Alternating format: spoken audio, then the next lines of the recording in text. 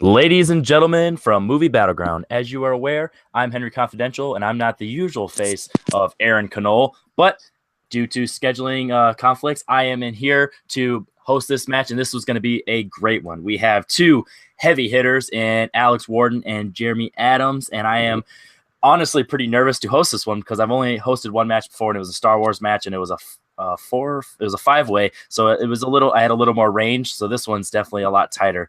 And I'm also going to have Sandy Robinson in the background there as a second judge, just in case anything comes up that I didn't catch, or just in case I need some facts to be checked. So with that being said, introduction of myself out of the way. Jeremy Adams, you are here. How are you feeling going into this match? I know you're nervous because you're you, but do you have a little bit of confidence, and have you prepared thoroughly for this? Yeah, sure. I didn't just get married this week. I'm not a newlywed. I've had lots of time to think about movie internet debate shows. So, oh yeah, no, but seriously though, I'm always excited to be here. This is one of my favorite things to do. I a while back I had a match with a certain Greg Weinstein, and against my own prediction, I beat him. And since then, I've thought, man, if I can beat that guy, I can be a champion. I want to go to the championship. And I went once, didn't go my way. I want to go again. I want to be the champion. And to do that, I got to go through a dear friend today, unfortunately. But I'm here and I'm ready to kick some ass. Definitely. And speaking of that friend, we got Alex Worden. Buddy, he just said you're a dear friend. Is that going to come into the way of this battle, or we're taking our friends' cards and we're putting it on the outside for a couple hours? Well, this is the thing. If you guys saw my last match in the tournament, I had to play Chance, and that's another match where the friend card was on the table. I hold the friend card very dear, and that played a part in that fight, in that there was no animosity between us, no drama behind the scenes. We just had a straight-up fun match, and I expect the same today. That being said, Jeremy's talking about his life being chaos. I can show you guys around really quickly. I'm in the middle of moving my entire apartment. My office is no longer available. I'm doing this sitting on my couch with a makeshift setup. I'm due to move out of this apartment in 3 days from the date we're recording this. My life right now is chaotic as well. I've literally not prepared. This is the first match I'm going to play that, I will be honest, I have barely prepared for. I don't have my usual book full of notes. I'm doing this all from the head and from the heart, from what I know and what I feel, and I hope that gives me the edge today. I really do. Jeremy said he wanted a taste of the championship. I almost got into that championship match myself. Evan knocked me out by getting one last singles match in November. Otherwise, I would have been right there with those guys in that championship match. I want that shot. I should have had that shot, and this is my way to get that shot. Unfortunately, Jeremy, you're the mountain in front of me that I'm going to have to climb and conquer, and that's what I got to do today. So let's get to it. Definitely some strong words, and Alex says he wasn't able to prepare for it, but these questions are going to come from the heart. And seeing these questions, I can definitely see that these are some personal questions, and I'm expecting an epic battle. So with that being said, gentlemen, are we ready? I'm ready. Let's do it. All right, let's fight it out on the Movie Battleground. First question is going to be, what is the best Steven Spielberg movie? And with that being said, Alex, since you are the higher ranked competitor, you're going to go first. Okay, yes, I will go first on this question, and then being the higher ranked player, I'm also going to go first on the third question in the match as well.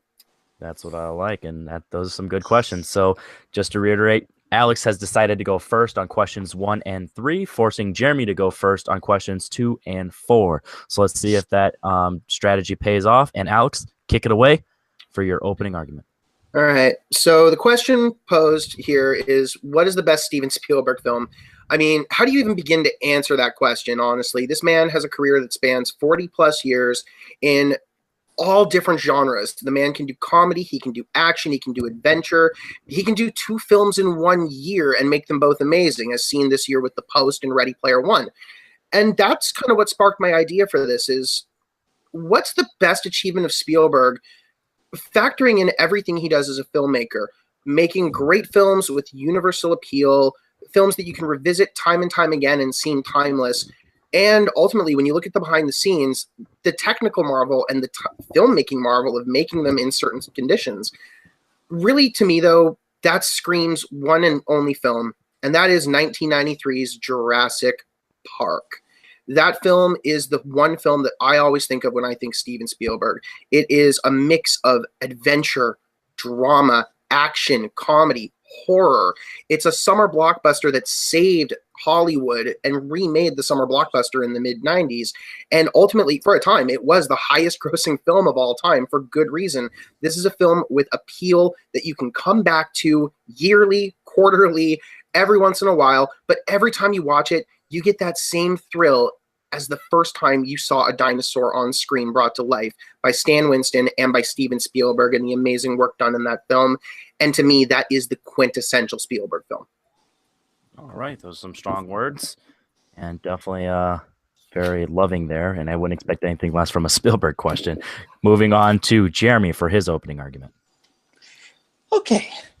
As I often have to say in these shows, I'm pretty old, so I was actually around for the big Spielberg era of the 80s when, you know, he was the biggest thing in the world. He was the blockbuster director. I saw E.T. in the theater. I saw Indiana Jones and the Last Crusade in the theater. And the thing is, at that time, he was the blockbuster director, and he wasn't necessarily taken all that seriously. He's the guy that made those big blockbusters. And then something happened. Steven Spielberg decided to make a movie that meant something to him of deeper personal and deeper historical import based on a book by Thomas Keneally. The movie he decided to make was called Schindler's List. It came out in 1993, coincidentally actually the same year as Jurassic Park. And this movie showed everybody that Steven Spielberg is not the blockbuster guy. He's not just the guy that does fancy visuals and makes movies everyone can watch. This is a guy who is a film director of substance and a director that can change the fucking world. This movie changed things. And I can tell you, because when this movie came out, I was in high school. And I personally, living here in Orange County, California, encountered people that were anti-Semitic, that people that were prejudiced and all kinds of terrible things. And this movie came out and it hit like a shockwave. This is a film about Oskar Schindler, who was a man who was a corporate guy in the 1940s who got involved in World War II. He was had a factory near the Warsaw Ghetto, and he actually, you know, was somebody who ended up creating kind of a fake factory. He was creating something that supposedly was going to help the Nazis in the war effort, and he ended up saving 850 people by putting them on a list for work that he supposedly needed when really he didn't. And this is the story of this film, and this film is the story of this man. It's also the story of the horrors of something unthinkable, of hate, of anti-Semitism, of World War II, of the Nazis, of the concentration camps. We see Auschwitz. It's unforgettable, but in the midst of that, there is hope and there is remembrance. And after this film, Steven Spielberg, who has never taken a cent for making this film, that's how much he thinks this movie is important and how much this means to him personally. He created, after the film, something called the Shoah Foundation, which from 1994 to 1999 chronicled testimonies of actual Holocaust survivors. It chronicled all of them. It collated them all. It's now part of this foundation in their museums. And you can see the stories from these people while they were still alive. And this is a great legacy because we need to be reminded, because as I saw in high school, hate and anti-Semitism are still out there. And if you look at the world overall, there is still genocide going on in Africa and all this stuff. And this great film, it did something. It actually did something. And other than that, it's the best film that Spielberg's ever made. It had 12 Oscar nominations. It won 7 awards. It has the highest level of acting. It has incredible black and white cinematography, which one unbelievably incredible shot of color, a burst of color in the midst of this, where a little Jewish girl has a red jacket. She's going along with all the Jews being herded into a concentration camp. It is stunning visually. It has incredible acting. It is a film that changed the world and is the best Spielberg movie and perhaps the best drama, period.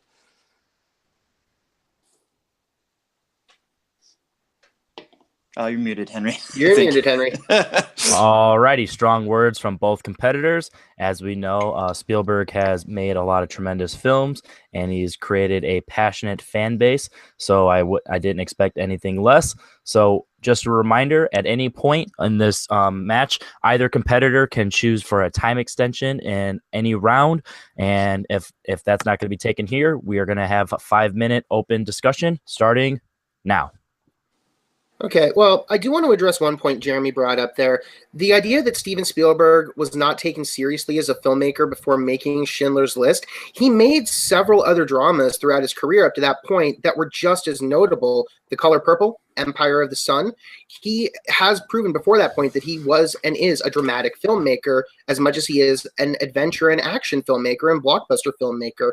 The difference is with Jurassic Park, he gets to blend that with comedy, with action adventure, drama, small character moments, with big grandiose set pieces. You can go from the T-Rex paddock scene, which is just the most harrowing piece of creature cinema ever made, even more so than Jaws, to a small little scene of John Hammond and Ellie Sattler sitting in the Jurassic Park dining hall, eating ice cream, arguing over the fate of the park, and the sheer tension in the room could be cut with a spoon. The man can shift tones on a dime and make everything work, and Jurassic Park is the film that cements that. With Schindler's List, yes, it is a great movie, and the fact that he made this film while finishing post-production on Jurassic Park is, again, a point I've made. He can make multiple films at the same time and keep his edge.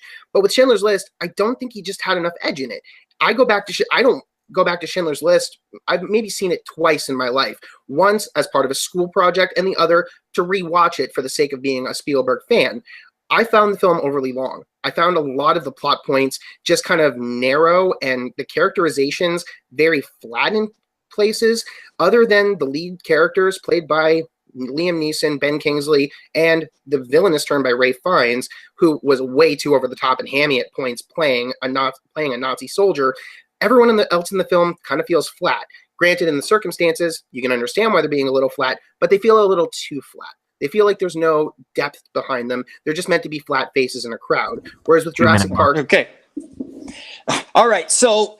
what I was saying is that Spielberg was known as the blockbuster director, and he had made dramas. He had made dramas to some effect. You know, I don't think that The Color Purple and films like that were thought of in the same breath as the big, like he was thought of for Jaws and E.T. Those are the movies he was thought of until Schindler's List. Schindler's List is the movie where he made a drama that actually was a great drama that everyone recognized, that won the awards, that took him as a dramatic storyteller to another level. Yes. Jurassic Park, on the other hand, is not even his best blockbuster. It was diminishing returns in terms of the storytelling and the characters. Compare the characters in Jurassic Park to the characters in Jaws, to the characters in Raiders of the Lost Ark. You're saying that I have one-note characters? Every character in Jurassic Park is a one-note character. Alan Grant is just this archaeologist. No, listen to me. Alan Grant is just this guy. Alan Grant learns to become a parent. He learns that through the film. He grows as a person by interacting with Lex and Tim. Ellie Sattler grows. Ian Malcolm grows. John Hammond himself grows, and even though he set they grow in one-dimensional ways. They're one-dimensional blockbuster characters. He doesn't like kids, so he's going to like kids. And by the way, the kids in this movie are really annoying, and they drag the movie down because one of the things in this movie is, the little girl, she's a hacker, and that's going to tie in. There's a lot of really convenient,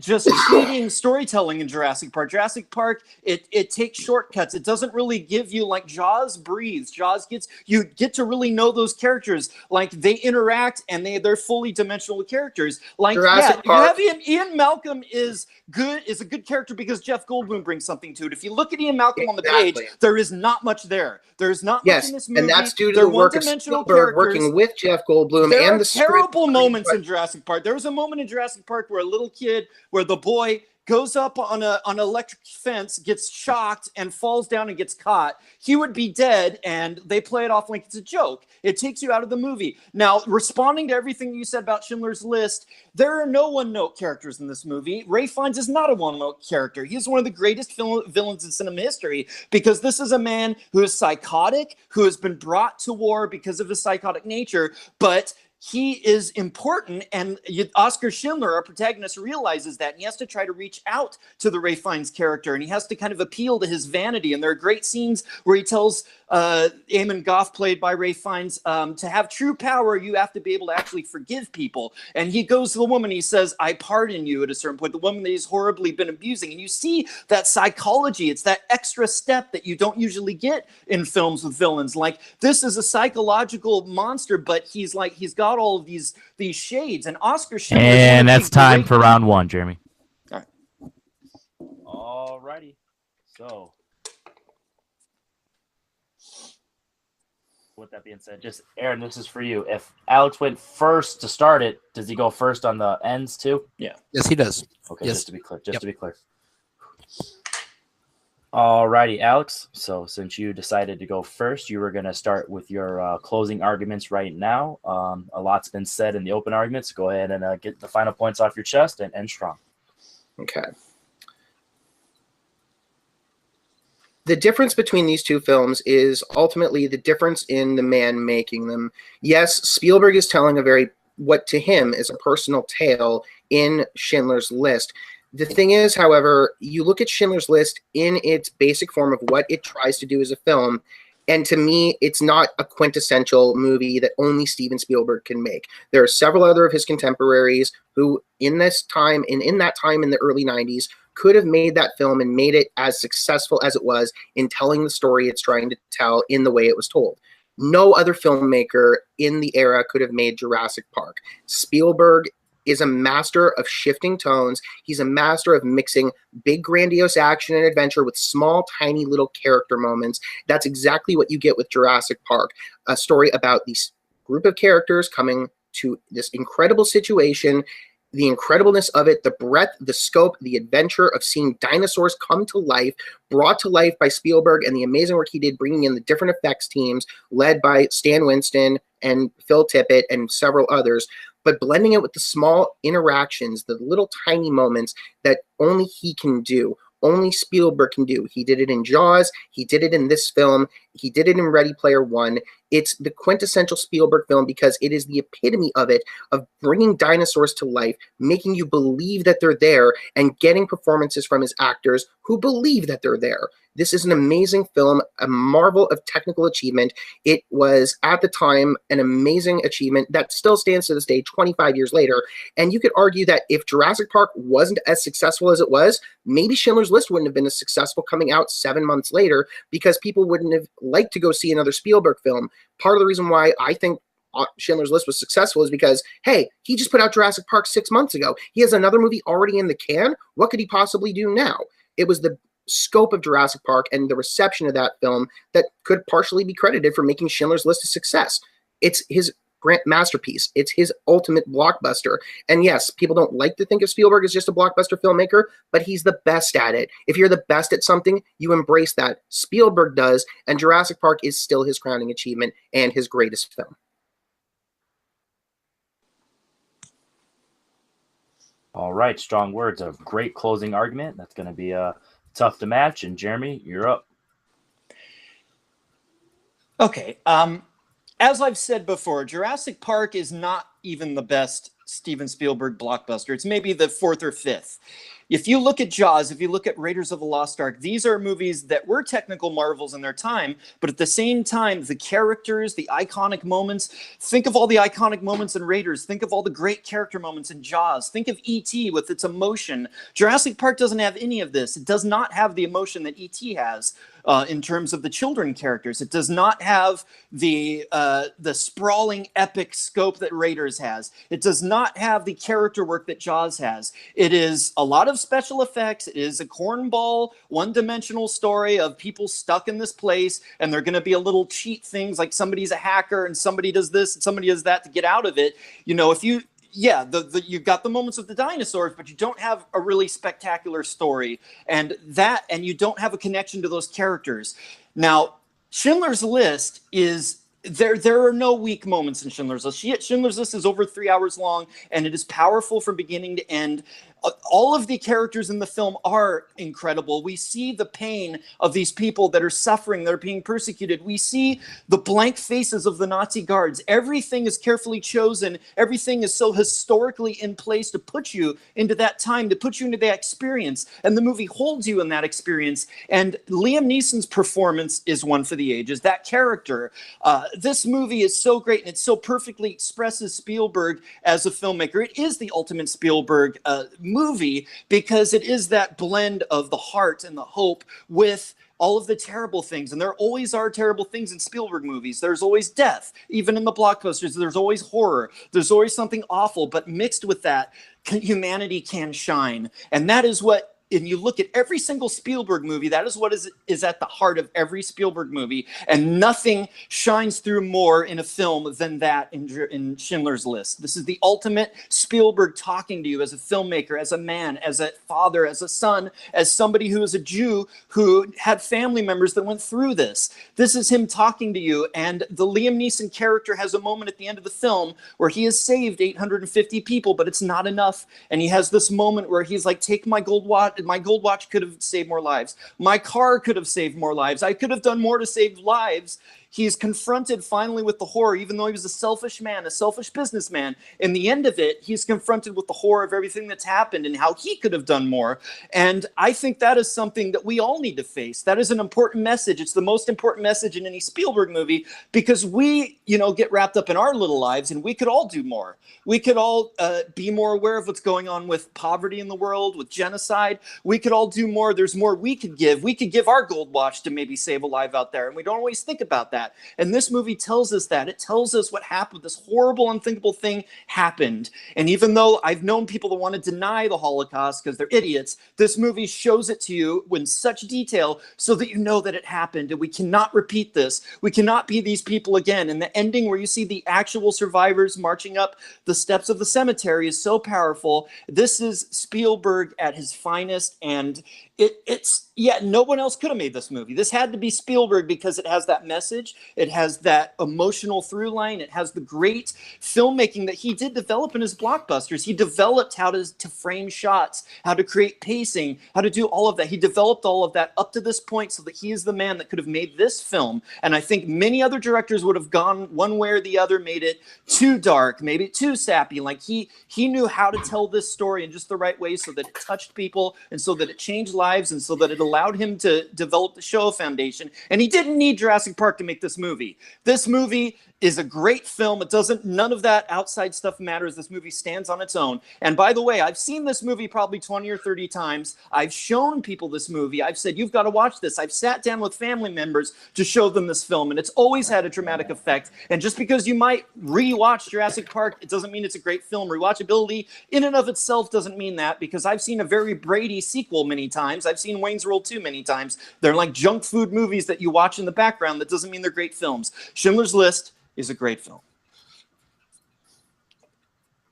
Alrighty, so that concludes round one. Sandy Robinson, is there anything you would like to chime in as far as any facts or just overall opinions on that debate for that topic? No, I think both competitors actually, stated their cases quite well.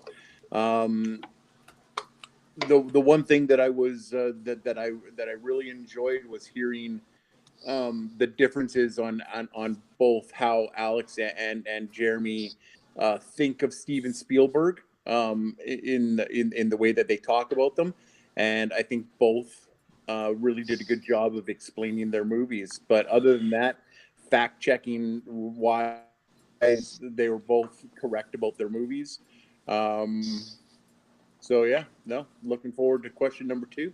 Alrighty, so this was definitely a popular topic in life, knowing that Spielberg is arguably one of the greatest directors of all time and a lot of people's favorite directors. And as you can tell, this question was taken in that approach. We got a movie that was definitely a favorite of somebody and a movie that was taken as the approach of the best. And the question was, in fact, what is the best Steven Spielberg movie? So given that I didn't hear many knocks on Schindler's List as far as quality of the film other than pacing and rewatchability, and a little bit on Amon Golf, Ray Fiennes' character, where he's a little over the top, but that's kind of opinion based, and I didn't really hear anything on that to really back that up.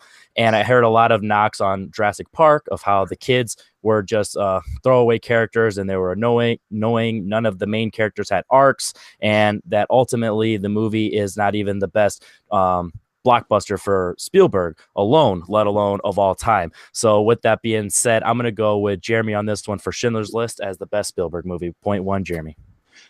Great job, Alex. All right, guys. So that's point one for Jeremy. Moving on to the second question, and that is Infinity War is coming out and this week of the time of recording. So with that being said, we know that the MCU is an action-heavy franchise and cinematic universe. So our question is, what is the best fight sequence in the entire MCU? And Jeremy, you're going to be going first on this one. So go ahead when you're ready with your opening argument. I mean, as soon as I saw Iron Man in 2008, I was thinking, man, we got a Marvel superhero from the comics on the big screen, you know, in all his glory in a way that we've never really seen before. Like, this is truly Iron Man. And then we got more movies. We got Captain America. We eventually got the Avengers with more characters on screen, and it was all building. And I'm like, wow, this is like my boyhood dream of watching comics coming true. I get to see these characters like really well done, like accurately done. Like with previous superhero films, whether it's Superman or Spider-Man, I never felt like I was fully getting the character from the comic. And I feel like the MCU films have always done that. They've given us Iron Man, Captain America, Thor. Like, these are really true to the look, to the feel, and to the persona of who these characters are. And to get that has always been great. But I was just waiting. I was waiting through all those first films, through the first Avengers. When are we going to get it? When are we going to get the big scene? Where are we going to get the scene that I always saw on all those comic book splash pages where you have 10 plus characters all duking it out? The characters that I recognize from the comics all fighting all at once. When are we going to see that? And in Captain America Civil War, we finally saw that. We got the immortal, as everyone dubs it, the airport scene. This is the scene where there's been, you know, the government edict that came down that the superheroes have to start registering with the government. They have to be honest about who they are and their identities. And there's a big split between Tony Stark as Iron Man and between Captain America, Steve Rogers. And they've got two different crews. And it all comes to a head where Tony's got to take Cap and Winter Soldier, who's also a big part of the puzzle. You've got to take them in. And so they each have their crews. They each get together. They battle it out at an airport. And, you know, that would be enough. Honestly, that would be enough to have this awesome scene. But this scene gives it this 15-minute sequence, I think, roughly, somewhere around there. It gives us so much. It gives us the introduction of the new Spider-Man, played by Tom Holland, for the first time engaging in an action scene in the MCU. And not only that, but fighting all these other characters. Spider-Man is interacting with Cap. He's interacting with Ant-Man. He's interacting with Captain America. All these characters. It's so awesome. You get Black Panther for the first time in a big action scene in there, doing stealth work. It's so awesome. It's just like, it's so mind-blowing to see all of that. And it was executed so perfectly. And there are all these different kinds of fighting styles going on. There's like Black Panther's more stealth. Spider-Man is the big brash flying through the air guy.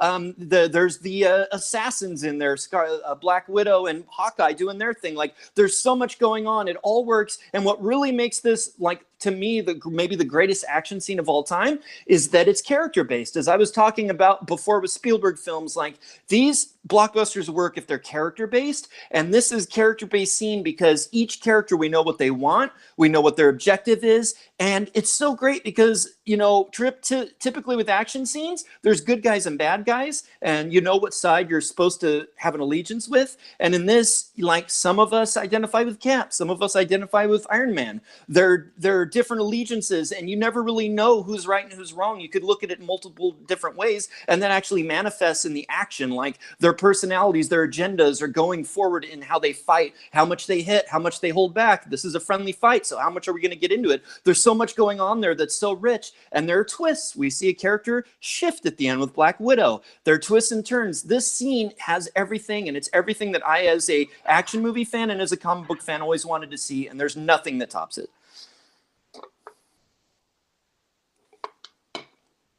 Alrighty, strong words from Jeremy for Captain America Civil War, the airport scene. Let's move on to Alex and see if he has a similar stand.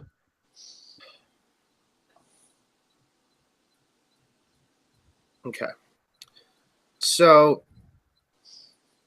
Jeremy does bring up a couple of good points there, but that fight isn't even the best fight scene in Captain America, or the best fight scene in that movie, and the best fight scene in any MCU movie, is the finale, the final throwdown, Tony versus Steve and Bucky from the finale of Civil War.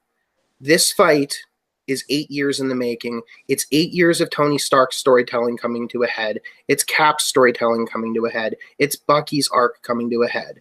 It is the culmination of their own personal dramas leading to one 10-minute sequence of utter visceral chaos. Spoilers for those of you who haven't seen Civil War, but the scene takes place at a Siberian missile facility that was taken over by Hydra in the late 80s. This is where the Winter Soldier was staged out of by Hydra for his career. This is where they hold the evidence of all the Winter Soldier's crimes. And this is where they hold the evidence that the Winter Soldier killed Tony's parents. Cap knew, as we saw in the events of the previous film, The Winter Soldier. He saw it in a classified dossier that was leaked by Arnim Zola in front of his eyes to prove that Hydra was within S.H.I.E.L.D. all along. And when Tony turns to Cap and asks him, "Did you know?" That moment of Tony finally breaking when Cap tells him, "Yes." That creates one of the best fight scene in all of Marvel. It's visceral. It's emotional. They're pulling out all the stops. They're not pulling their punches. They're not playing friendly. Tony's out for blood. Cap is trying to save his friend. Bucky is just trying to survive. The work done in that scene, the choreography, the camera work, the staging, and the raw emotion behind it by all three characters make this a fight scene to remember, make it a great moment in a great movie, and make it the best fight scene in any MCU film. Woohoo. All right, I can already tell this is going to be, no pun intended, a fight. And without giving it either way, I definitely have a favorite after the opening round. So I'm definitely curious to see how it's going to go on the back and forth. So with that being said, if nobody's going to take their time extensions, we're going to get 5 minutes starting now. All right, I have two huge issues with that climactic scene. One of them is an action movie problem. One of them is like an emotional storytelling problem. Now, the storytelling problem is this scene cheats because it's all predicated on the fact that Winter Soldier killed Tony's parents, and Tony's pissed about that. Yeah, well, Winter Soldier didn't willingly do it. He was being controlled by the government to do that. So we get to still like Winter Soldier, and we get to still like Tony Stark, and we still get to like all these characters while we're beating the hell out of each other. This isn't a real conflict. This is a constructed conflict by the plot to put characters we like against each other. It feels cheap in a certain way, and Tony gets all angry. He killed his mom. Yeah, well, he didn't kill your mom. He was a puppet. He was mind controlled. It easily could have been Tony that was mind controlled. So that scene actually makes me like Tony less. And my problem with it as an action scene is, you said it's 10 minutes. It's 10 minutes of the three guys, a unfair fight of two guys against another guy beating up on each other. It's repetitive. It's redundant. It doesn't really have the impact that it should. Whereas my scene, emotionally, all these characters are clear. You know what their motives are. Nothing cheats. They all have objectives. It's all fair. There is an emotionality to it, and it's all clear. And in terms of an action scene, it varies it up. This awesome character does this. This awesome character does that. It has the incredible Giant Man moment where, for the first time, we see Ant-Man become Giant Man. They had alluded to it earlier that he had a special tech. We hadn't seen it yet, even though us comics fans are waiting for it. It happens. Pow! Giant Man is a big diversion in the middle of the scene. In the theater, oh my God, my mind was blown. And all right, that was already the Giant was already alluded to in Ant-Man with the blue tech version of his suit. That scene in the airport, it's too much. It's like going into a candy store and walking out with 10 pounds in a 5-pound bag. It's too much going on. It's too muddled. There's too many characters. There's too many through lines to follow. If you're a first-time Marvel fan watching that scene, you haven't seen anything before, and that can happen. It happened with my fiance. That scene just gets to be too much going on and not enough to care about. The fight between Tony, Cap, and Bucky at the end, it's all emotion. It's all visceral. Yes, it's 2 against 1, but it's one man in a fucking Iron Man suit with all the tech in the world. And Cap and Bucky, they have to do it with their bare hands and Bucky's metal arm because he's disabling their weapons. They disable him. It turns into a fair fight at the end. And the difference is, with that fight, you don't get the quips. You don't get the constant joking. There's one quip in that entire fight sequence, which is Cap telling Tony, "I can do this all day," his trademark line from the very first film, the first Avenger that he appeared in. You get nothing but quips. You get nothing but jokes. You can't take the fight scene at the airport seriously at some points because it feels like it's all just one big joke between the characters, whereas that fight in the missile silo feels raw, feels emotional. It's Tony letting out years of frustration of losing his parents and not knowing how to deal with that, finding out that the man who killed them is right in front of him. Yes, he didn't know what he was doing. He didn't know he wasn't responsible for his actions, but it still means something to him. It means something to have that person standing right in front of him. And like Bruce Wayne in Batman Begins, he wants blood. He wants to take it out on somebody, and he needs to do that for himself. It's the through line of Tony through the whole film. He's still dealing with the loss of his parents when he was a teenager. And this is the big moment for him of, do I accept this or do I fight? And he chooses to fight. Cap chooses to defend Bucky because that's what he knows. He cares about Bucky more than anything. The splintering of their friendship, the splintering of that relationship built up throughout the Avengers is one of the biggest moments in the MCU. It matters because those characters have a reason to fight. In the airport sequence in Civil War, the reason that they're fighting is because of government mandate and just picking sides. It doesn't feel like there's any weight to the scene because we know they're going to move on in the movie. This is the climax of the film. We don't know what's going to happen, and the ending has stakes. It will set the They're course fighting of the in the MCU. airport because of different ideologies, and you can see the friendship fracturing there. And the scene does have stakes because Black Widow turns on Tony, which is a huge moment. That's what she does all the time. No, She but turns Tony on and Black all the Widow had time. an amazing relationship at this point, and that's a tough call for her. And there is She was emotion in always- the scene. And let me talk to you She was about, loyal to again, S.H.I.E.L.D. She was loyal to Cap. That's the difference. They outlined that completely in The Winter Soldier. Yeah, but it Loyal has to stakes. Cap It has and to depth S.H.I.E.L.D. to it, to and it doesn't herself. cheat. It is true to who her character is. Whereas what I was talking about in your scene, it cheats with the characters because Winter Soldier is a doesn't plot cheat with- device. He's a plot he's- device, and what happens there is Yes, constructed but by what the hap- script. His And presence let me in that talk scene about is him defending rewatchability. himself. Let me talk about rewatchability for a minute. You talk about how the airport scene is chaotic and blah blah blah. No, it isn't. The airport scene is so cleanly made. It doesn't cheat. There's no shaky cam. You may not get it all and understand it all in the first viewing, but if you rewatch that scene, it gets better and better and better, and you're And that's the same with the final invested fight. every You time. soak it No, with the in. final fight, it gets worse because it's just redundant punching. Let's beat him up. I'm mad. I'm going to beat him up. I'm going to beat him up And again. time. It's redundant. And that's time. All right. That was, no pun intended, a fight. All right. We are going to go stick with Jeremy for his closing arguments on best fight in the MCU. So go ahead when you're All right. ready and try and, I'll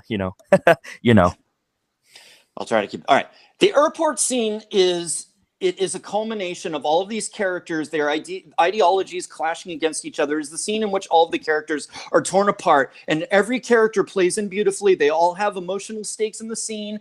There are moments of betrayal. There are moments of humor. You see characters meeting for the first time. Spider-Man and Cap with the I'm from the Bronx. I'm sorry. That wonderful moment that they have there. There's all these great human moments in the scene. There is stakes, and it's all motivated by the characters, and it all was built up to so beautifully.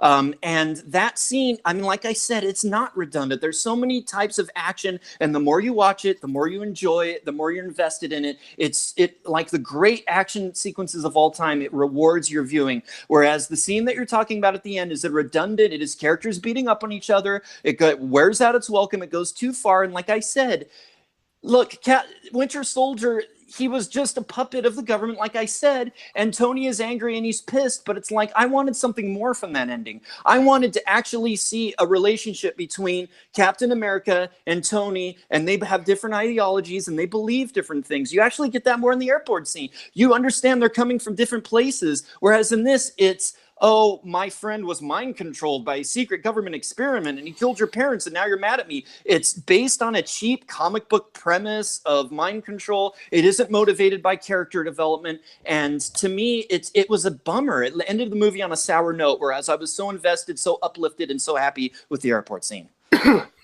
all right. And on to Alex for his closing argument. Okay. I want to bring one point up. Something that I always bring up when I discuss this particular film. What's the title of the film? It is Captain America Civil War, not the fucking Avengers Civil War. The airport scene almost ruins that movie because it takes it away from being a Captain America movie and makes it about everybody else. Captain America Civil War is embodied by that final action scene, because it's about Cap and his conflict with Tony that is built up through the film and through the previous films. These are two men who believe in completely different things. They come from two completely different paths of life. They have one through thread, though. Howard Stark. Cap knew Howard at his best. Tony only knew Howard in his later days. Cap knows a certain version of Howard that Tony never got to know. So the fact that Cap sees ideals within Tony that remind him of Howard, Tony's never going to see that. But you still see the emotion in Tony in that scene when he finally finds out that, yes, Bucky Barnes, the Winter Soldier, killed my parents. Whether or not he was brainwashed, which was set up perfectly in the previous film of the Cap franchise, The Winter Soldier, and played out perfectly in this film as well, it adds to the emotional weight. This fight is about emotion. A good fight scene has good action. A great fight scene makes you care about what the characters are going through, and that's what this fight scene in the climax of the film does. Tony is feeling something. Cap is feeling something. He's feeling defensive. He's feeling protective of his best friend. Bucky is fighting for survival. Tony is fighting for justice and vengeance. It's visceral. It's raw. They pull no punches. Tony uses every every bit he has in his playbook to make the Iron Man armor work for him. Cap and Bucky work together to dismantle it. The visceral fighting going on is above reproach. It's the Russo's finest moment in this film, and it's what makes it a great Captain America film, as the title should be, because it's about Cap and the struggle he goes through in this film, not a bunch of fucking superheroes fighting in an airport with nobody around just for the sake of having a big fight scene in the middle of the movie. Alrighty, some strong emotions at the tail end there. I do have one fact check. That quote that you were looking for, Jeremy, is, "Hey kid, where are you from?" Queens, Brooklyn. So Brooklyn. I'm sorry. Yeah, that's who we were looking for. Sandy, any other touch ups on anything that you heard, or any overall thoughts on that round? Because we definitely got a lot of emotion from both competitors there. Well, you stole mine. Had it all written down and underlined and circled just to make sure I brought it up. But no, that is a good classic moment of that particular scene.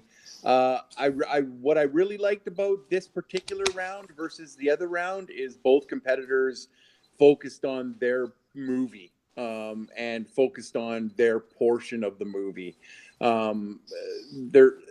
I don't think that I know we're in movie Battlegrounds. I don't think there's a wrong answer when you've got two epic fight sequences like this in one movie. And, you know, I think that both made good points. Changed my mind on one, actually. So. All right. And similar to what Sandy said, what I was going to say about this, I got two generic defenses, or knockdowns on both arguments, but mostly I got big supporting arguments for each individual argument. Alex was definitely talking about how there was a lot of weight and emotion, and it was definitely more internal for the conflict of Civil War with his end scene. And Jeremy was definitely hitting on the spectacle and how it was checking the boxes for different fun moments. Everyone's getting their dues. There was weight to it, where all fighters are having that internal struggle of when to pull their punches and when not, and Black Widow when she was switching. But this one was definitely very easy for me. Similar to in the last one, there was a best was chosen and a favorite was chosen, and once again the argument was supported on the best fight, and that was Alex for his end scene on Civil War, because I just got a lot of fun moments from Jeremy, but I definitely got a lot of emotion from Alex, and that definitely nothing Jeremy said really hindered that emotion and attacked it enough to knock it down. So Alex got this one kind of easily. So that ties up the match 1-1, and that is going to take us over to round 3, which is going to be an interesting one because we're sticking with an actor that we were just talking about, Robert Downey Jr. So excluding the MCU, what is the best Robert Downey Jr. movie? And Alex, you chose to go first on this one, so go ahead with your opening argument. All right. I only have to take you back 10 years for this one, but picture 10 years ago. It's August. You're going to the theater and you see Robert Downey Jr.'s name on a marquee, and you're like, oh, he just did Iron Man a couple of months ago. That was an awesome movie. He was really funny in that. I wonder what he's like in this movie called Tropic Thunder. I walked out of that movie having a new respect for Robert Downey Jr. as an actor. I've seen him through many things over the years. I know he's done other great performances in the past, Chaplin being one, his work on Ally McBeal on TV being another. But this movie completely made me see that Robert Downey Jr. not only is a great comedic actor, but the dude can straight up act. This is him going full method by playing a dude disguised as another dude, and he brings it to 11. He was nominated for Best Supporting Actor for this film by the Academy. He should have gotten a Best Actor nomination for how much time he has in the film and how important he is to the story. He was nominated for Best Actor in several other guilds as well. And ultimately, this is a film that it informs your opinion about him as an actor, that he can take on this kind of crazy role of playing a method actor who has to go blackface to play a character in a film just for the challenge of it, just for the shits and giggles of it, but brings a completely unique performance that only someone like Downey with great comedic timing and great method actor abilities can do. It's a quintessential performance of his career, and it's the one performance I think of when I think of Robert Downey Jr. other than Tony Stark. All right, good opening. Now we're going to switch over to Jeremy for his opening argument. Well, I'm going to take it back a little further to a time when Robert Downey Jr. was a joke. Robert Downey Jr. was an actor who had been this young, up-and-coming actor. He did great things. He did the movie Chaplin, which he was Oscar nominated for in the early 90s. He was this really talented young guy, and then it all went south. He had personal problems. He had drug issues. His whole career, his whole life fell apart. But he got out of jail. He wanted to rebuild things. He got sober. He was trying to come back, and he got this great gift of a film called Kiss Kiss Bang Bang. And this movie was written and directed by Shane Black. Shane Black was one of the legendary screenwriters of the 80s and 90s. He did such films as Lethal Weapon, The Long Kiss Goodnight. He did really great action, scripts that he wrote. But this was his directorial debut, and he decided to go in kind of a different direction with this kind of comedic, murder mystery, fun send-up of LA sort of movie. And it's such a fantastic movie, and it's Robert Downey Jr., everything that he went through, he didn't lose a beat, man. He is so great in this film. He plays this thief who gets mistaken for an actor, a method actor who's pretending to be a thief, and then he gets caught up with a private detective. It's so loopy. It's so much fun. It's got a great mystery plot involving a girl who supposedly killed herself, but maybe she didn't. Her sister, played by the great Michelle Monaghan, who I discovered in this film for the first time, an actress who went on to do so many great things later.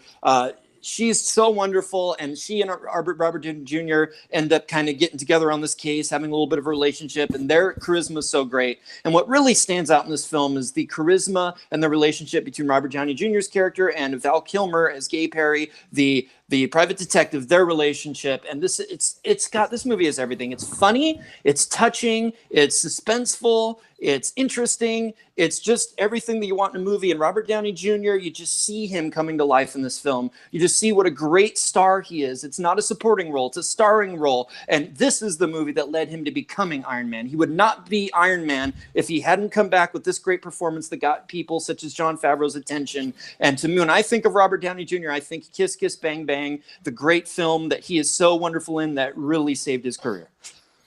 Alrighty, definitely two strong openings from both competitors, and as anyone who knows me, these are two of my favorite comedy movies, so can go either way. And I want to remind both you competitors, the question is best Robert Downey Jr. movie, so make sure you take that how you want and argue that appropriately. And if nobody's going to take their time extension, 5 minutes is going to start now. Okay, I can just surmise the whole problem I have with this question with Kiss Kiss Bang Bang right now. That's not a Robert Downey Jr. movie. That's a Shane Black movie. It's a Shane Black movie through and through, with his script, his dialogue, his storytelling, his filmmaking choices. You could slot anybody else into Robert Downey Jr.'s role, and they'd still have as amazing a performance in the film because of Shane Black's script. Robert Downey Jr.'s performance in Tropic Thunder makes up for a kind of lacking story and script by Justin Theroux and Ben Stiller because he's committed to it. He goes full method. He engages with his co-stars, Ben Stiller, Jack Black. Don't remember who played Al Pacino at the moment. Somebody fact check me on that. And Jay Baruchel. Brandon Jackson. Brandon Jackson, thank you. He sinks himself into the role of Kirk Lazarus, playing Lincoln Osiris, and he is just completely enveloped in this character, so much so that there are points where you kind of forget it's Robert Downey Jr. He lets his method acting chops show in a movie where he's making fun of method acting. He goes meta, but at points it feels like he's not even himself. He feels like the character, and that's exactly what he needed to be in that movie. And yeah, he co-stars alongside two other very big name comedic actors from the time. He outshines them both tenfold, sharing equal screen time. If that doesn't, and people have won Best Actor awards for less. Anthony Hopkins in Silence of the Lambs, for example. This movie is his movie through and through. He owns it from the very first scene he's in till the moment where he's on stage at the Oscars in the finale going, yes, Tug Speedman! And you just love him throughout. This is his quintessential film. It amped up everything people were already hyped up about from him from Iron Man, took it to the next level, and made him one of the most beloved actors in Hollywood, fulfilling the promise he had in the 80s when he was a bit player on SNL and appearing in John Hughes teen comedies, that he is one of Hollywood's it actors. This movie was his true coming out, I'm back, deal with it moment. This movie is also not a Robert Downey Jr. movie. It's so ridiculous that you would say that. This is a movie that Ben Stiller made that he cast a Downey Jr. in a supporting role. It's a Ben Stiller sprawling comedy. And yes, Downey Jr. has that supporting role. And I was just so blown away that an actor would have so little like vanity that he would go into makeup and be funny and revelatory. You wouldn't even recognize that was him, and he would steal the whole movie. Oh, wait a second. I'm talking about Tom Cruise, aren't I? I'm talking about Tom Cruise as Les Grossman, who completely steals that film. Robert Downey Jr., yeah, it's interesting that they went for the blackface thing, but it never goes as far as it can. He's fighting for screen time with Ben Stiller and all these lesser characters, and Tom and Cruise he's outshining them at the same time. But he doesn't let him. His best moment. His best moment in that movie was his best moment in the movie was given away in the trailer. The moment of never go full retard, and I'm a dude playing another dude. He has those great moments, and then they don't let him shine because they're so wrapped up in this plot and all these other characters, these side characters. Jack Black farts. Tom Cruise, I mean, well, how revelatory is he? Robert Downey Jr., yeah, we saw it in the trailer. We watched the movie. There was less of it than we hoped. And then we were blown away by Tom Cruise. And we're talking best Robert Downey Jr. My movie is a great film from beginning to end. The script is perfect. The acting is on point. Exactly. The humor blends perfectly. And the rest of the cast are on point. That makes it a better film. Legitimately slot any of a dozen actors into Robert Downey Jr.'s role. It makes it a better film. In that role. You could put Sam Rockwell in that role. You could put so many different people in that role. Best Robert Downey Jr. film. My film is a better film. You've talked enough, Jeremy. You couldn't slot anyone. No, I didn't. You couldn't slot anyone else into that film because Robert Downey Jr.'s charisma, his humanity, what he brings, what he was going through in his personal life comes into that film, and he makes that movie so much better than it already was. Whereas in Tropic Thunder, he's not given his full due. The movie has a great concept with his character, and then it gets overshadowed with all this other stuff with Simple Jack. And as a movie that has problems, there's racism in that movie. There's stuff that doesn't age well. The stuff with the Vietnamese characters is really cringeworthy. The stuff with talking about the mentally handicapped. They protested the movie. They're Cambodian, not Vietnamese. I'm sorry, Cambodian. I'm so sorry. Some of the actors were. But in any case, my movie is a great film, and it's a great starring vehicle. Yeah. He's not outshone. He shines in every scene. His chemistry is perfect with every actor in that movie, whereas there's some weirdness with him and Ben Stiller. Like, they don't have a great chemistry. He doesn't have any chemistry. It's supposed to be that way. There's Jack Black. Completely different type my of movie is a greater Robert Downey film. It is a better film, and it's a better showcase. It's a starring that could have vehicle. Been played by anybody else. It couldn't because it needs. He needed this film. Amazing. No, he needed this film. This film needed him, and this film lifts him up to his great height at that point in his career. And this is the movie that showed us. If you saw it, unfortunately, not enough people did. But if you saw it, you go, "Oh my God, Robert Downey Jr. is so great. I'd forgotten about him. He had all those problems. He's back, man. I want to see him in something big." And that something big was Iron Man. And I saw The Singing Detective 2 years before this movie came out. And that is time. That movie sucks, by the way. All right, gentlemen. So this is the closest battle we've had so far. So in order to really distinguish this, I've come up with 3 questions that I want both of you to answer in your closing arguments. Question 1. What defines this movie as a Robert Downey Jr. movie? In your opponent's movie, if it's not a Robert Downey Jr. movie, what is it, and what actor shines out more?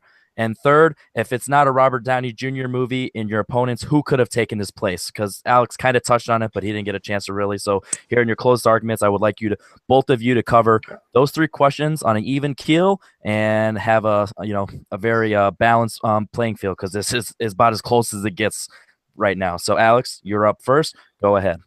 Okay. The reason why my movie is more so a Robert Downey Jr. movie is going back to something I was trying to say before Jeremy just wouldn't stop talking. He is in an ensemble piece in this film, and he outshines the rest of the ensemble. His performance in this movie is something to behold. He is, as I said, going method, and he's making fun of method. The best scene he has in this movie wasn't something spoiled in the trailers. It was from the climax of the film when he finally sheds the makeup of Lincoln Osiris, becoming Kirk Lazarus again, having that emotional breakdown, going through several different characters, saying he's not Father O'Malley or Neil Armstrong, and then just breaking down, seeing those steel blue eyes, the blonde hair, and him going, I'm nobody. That's the perfect moment where you just see the breaking, but it's so ridiculous that you can't help but laugh and appreciate his comedic timing and scope.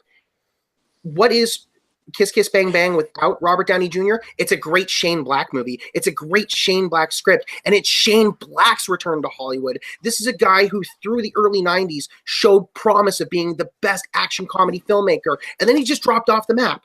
This was his return party. This was his coming back and saying, I'm back. The guy who made Lethal Weapon is back. The guy who wrote Predator is back. The guy who wrote The Last Boy Scout is back. And I'm making a movie even better than any of those. Well, wasn't quite as good as a couple of those, but you get the point. And ultimately, that movie, I appreciate Val Kilmer's performance in Kiss Kiss Bang Bang more than I appreciate Robert Downey Jr. He's kind of just playing the befuddled straight man to everything going on around him, whereas Val Kilmer, he's bringing the comedic chops. He's bringing in something we hadn't seen from him since the 80s, and I loved every second he was on screen. I think of Val Kilmer as Gay Perry in that movie more than I think of Robert Downey Jr. I can't even remember his character's name. That's how much I don't care about him in that movie.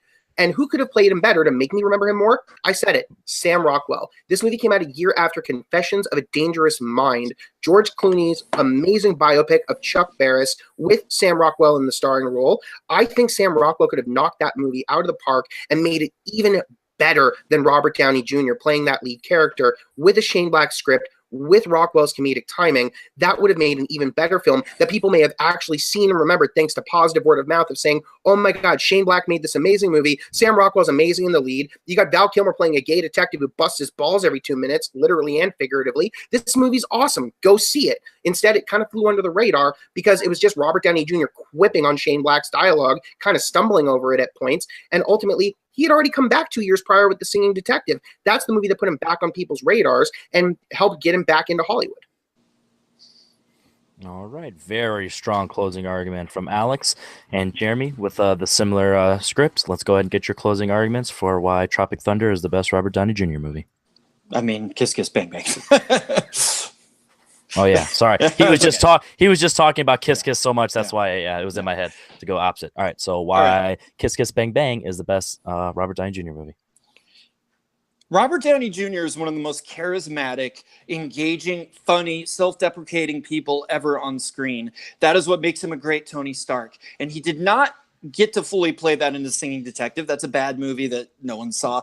I wish more people seen Kiss Kiss Bang Bang, but enough of the right people did to see the talent, the charisma, everything that he has, that he embodies as a lead. And he is hysterically funny playing off of Gay Perry, played by Val Kilmer. He has tremendous charisma with Michelle Monaghan, and they have a great romantic tension there. Sam Rockwell just would have been the funny guy. He wouldn't have played any of that. You get everything. You get such great shades from Robert Downey Jr. He can play the humor. He can play the romance. He can play you believe that he was a thief, and now you believe that he kind of wants to be an actor now. And he's just, everything that he does, he sells it. Tropic Thunder does him short shrift. It buries him under makeup, even when, like Alex was saying, when he sheds the blackface, he's still covered in makeup. He's got blue contacts. He's got blonde hair. He's this Australian guy. Like, I think that Ben Stiller didn't know how to really have Robert Downey fully come forward as a person, as an actor. Like, that movie, let's bury him in makeup. Let's have him do like comical stuff, but bizarre stuff. Like, my movie, he shines. He shines as a performer, as a lead, and nothing upstages him. And yeah, you can say that he outshines other people in Tropic Thunder, but he doesn't outshine Tom Cruise. Like, everybody, they were going to make a spin-off movie for Les Grossman. That character's shown so much. He is the standout for that film. The fact that he is this insane insane movie boss who belittles everybody, who says, take a step forward. And well, I can't finish the line because my stepkids are here, but he's so funny in that movie. He steals that movie. How could they mess that up? How could they have Robert Downey Jr. playing this amazing part in blackface and not have him be the guy that you're talking about? You're watching the end of that movie laughing at Tom Cruise's dance and not remembering everything that Robert Downey Jr. did because Ben Stiller kind of buries him a little bit. And we spend so much time with all these other characters, with Brandon Jackson, with Jay Baruchel. Who cares? We spend all our time with Robert Downey Jr. and Kiss Kiss Bang Bang, and he is the perfect blend to deliver Shane Black's dialogue. That's why he brought Shane Black on Iron Man 3. They complement each other better than any other actor and director. And in terms of Tropic Thunder, I think the greatest actor kind of playing blackface, playing a white guy being a black actor, is Gary Oldman in True Romance as Drexel Spivey. That's such a brilliant performance, and I think it would have been so funny to bring Gary Oldman back and have him be this blackface character who's lost his identity. And Gary Oldman is truly an actor who loses his identity in every movie. You never... Like, he's just a completely different guy in every film. That is who Gary Oldman is. That's his whole identity. He just becomes his characters. Robert Downey Jr. is the charming guy that we all love and like, that quippy guy. He's the guy that loses his identity in roles and doesn't know who he is Gary Oldman. I think that would have been a great callback, and that would have been funny, and that would have worked better within the film and would not have clashed as much with Ben Stiller's sensibilities. And Kiss Kiss Bang Bang is a great film. Please, everyone, see that movie. He's so charming. It's so funny, and it's perfect, and it's not a mess and overlong like Tropic Thunder. All righty. Interesting. There's a couple of facts that I'm hoping Sandy got, so go ahead and let us know those checks if you got those checks of facts, if that's a way to word that, Sandy. So I'm buying time for you to unmute and improv. Yeah, no, unfortunately, I'm not as familiar with either one of these movies as I should be. So I'm pretty blank on the fact checking that you might need on this one. My overall thoughts on the process or on this question. The one thing I don't like is I don't like saying that anybody could have played a role that somebody else played, just because I think that you open that can of worms up. And I know it's sort of what we do in this space, but there are lots of way worse choices that you could remove an actor and put somebody else in than either one of these performances.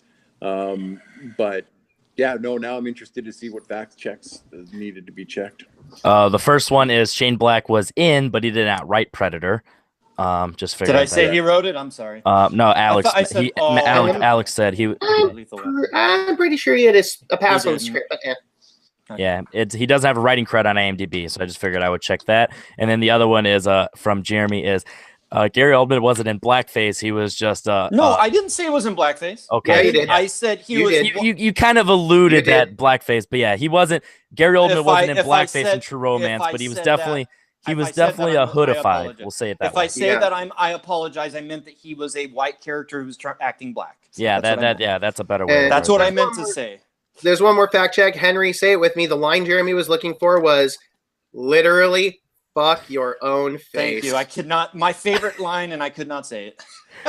there was a lot. There's a lot of lines from both of those movies. As I said at the beginning of this match, two of these are two of my favorite comedy movies, and I didn't want to say which one I liked more because I didn't want to go in biased, but I will say that Kiss Kiss Bang Bang is a favorite for me. So Alex definitely had an uphill battle, and like I said, both of these arguments were really good in the opening and in the open battle, but the closing argument is really where I got my final turn, and that was surprisingly from Alex.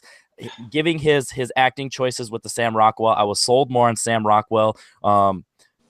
Replacing Robert Downey Jr. Kiss Kiss Bang Bang more than Gary Oldman replacing Tropic Thunder. And on top of how close the battle was, I don't like saying just one point that really gave the edge, but because of how close that this match was or this debate was from start to finish, I'm definitely going to have to just say that for hopefully the only time in my life that one point really took it over the edge for Alex. And I'm going to go with Alex for the point on this one, 2-1. And that really surprises me because I definitely like Kiss Kiss Bang Bang a lot, not a lot more, but more than Tropic Thunder. So that was definitely a really good argument from both competitors and a surprise for me in that closing argument.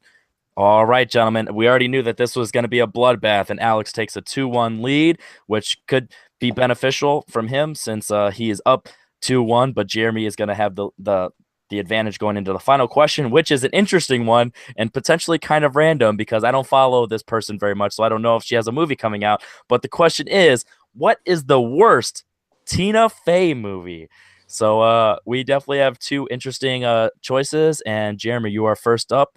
Okay, so I really love Tina Fey, and I think that she's had a pretty good film career overall. Honestly, she's done great stuff like writing the script and co-starring in Mean Girls, which is a movie I love. So I don't look at her career like a lot of Saturday Night Live alum and go, "Oh, she's made a bunch of turds." I really like what she's done as an actress, but no one's perfect. And I think her biggest misstep was appearing in a Sean Levy movie. Now, Sean Levy is a director who had made such wonderful comedies as Just Married, the Pink Panther remake, God hang me. And then he decided to make a movie called Date Night.